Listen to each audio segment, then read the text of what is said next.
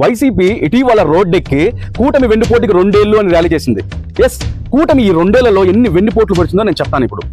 YCP కేవలం సంవత్సరానికి 250 రూపాయల పెన్షన్ మాత్రమే పెంచితే, కూటమి వచ్చిన వెంటనే వృద్ధులకు వితంతులకు 1000 రూపాయలు పెంచి, వికలాంగులకు ఏకంగా 3000 పెంచి మొదటి వెన్నుపోటు పొడిచింది. వైసీపీ అధికారంలోకి వచ్చిన వెంటనే అన్నార్తుల కడుపు కొడుతూ అన్నా క్యాంటీన్లు కూల్చేస్తే, ప్రతి జిల్లాలో ప్రతి మండలంలో కూటమి అన్నా క్యాంటీన్లను పునర్నిర్మించి రోజుకి లక్షల మంది ఆకలి తీరుస్తూ 2వ వెన్నుపోటు పొడిచింది. వైసీపీ అమ్మఒడి పేరుతో ఒక బిడ్డకే అందించిన ఆర్థిక సహాయాన్ని తల్లికి వందనం పేరుతో పక్షపాతం లేకుండా ప్రతి బిడ్డకు అందించి కూటమి 3వ వెన్నుపోటు పొడిచింది. వైసీపీ డిఎస్సి ఇస్తానని యువతని మోసం చేస్తే, ఆ మోసాన్ని మాఫీ చేస్తూ 16,000 టీచర్ పోస్టులను భర్తీ చేసి కూటమి 4వ వెన్నుపోటు పొడిచింది.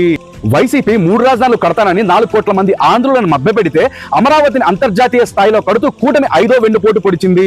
మద్యపాన నిషేధం పేరుతో మోసపోయిన మహిళలకి ఉచిత బస్సు సౌకర్యం కల్పిస్తూ కూటమి 6వ వెన్నుపోటు పొడిచింది. వైసీపీ ఆటో డ్రైవర్లకు 10,000 ఇస్తే 15,000 ఇచ్చి మరో వెన్నుపోటు, వైసీపీ మతకారులకు 10,000 ఇస్తే 20,000 ఇచ్చి మరో వెన్నుపోటు, వైసీపీ రైతులకు 13,000 ఇస్తే 20,000 ఇచ్చి మరో వెన్నుపోటు పొడిచింది కూటమి. వైసీపీ హయాంలో పెట్టుబడులు పక్క రాష్ట్రాలకు పారిపోతుంటే, TCS, Cognizant, Google, Royal Enfield లాంటి అంతర్జాతీయ సంస్థల్ని ఆంధ్రాకి తీసుకొచ్చి పెద్ద వెన్నుపోటు పొడిచింది కూటమి. ఏ ఎదవైన ఆడపిల్ల జోలికి వస్తే అదే వాడికి ఆఖరి రోజు చేసి లా అండ్ ఆర్డర్ పటిష్టం చేసి మహా వెన్నుపోటు పొడిచింది కూటమి ప్రభుత్వం. ఇన్ని వెన్నుపోట్లు పొడిచింది కాబట్టి మీరు రోడ్లకి ర్యాలీలు చేయాలి, మూగ జీవాల్ని హింసించాలి.